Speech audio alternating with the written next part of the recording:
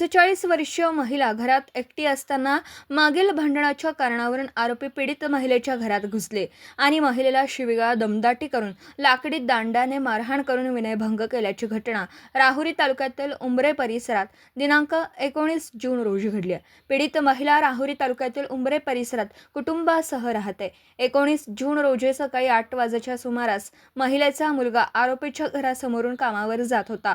तेथे आरोपी आकाश उर्फ राजू नानेकर याने मागील भांडणाचा राग मनात धरून मुलाकडे रागाने पाहिलं व शिवीगाळ केली. तेव्हा मुलगा त्यास म्हणाला की मला शिव्या का देतो असं विचारलं असता दोघात वाद झाला, परंतु गावातील काही प्रतिष्ठित व्यक्तींनी सदर वाद मिटवला.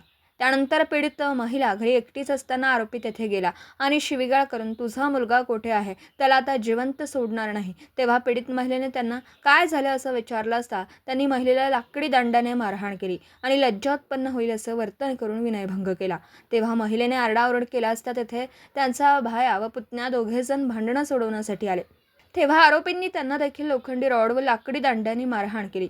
तुमच्याकडे पाहून घेऊ अशी धमकी दिली आहे. या घटनेत महिलेचा भाया व पुतण्या गंभीर जखमी झाले असून त्यांच्यावर अहिल्यानगर येथील ग्रामीण रुग्णालयात उपचार सुरू आहेत.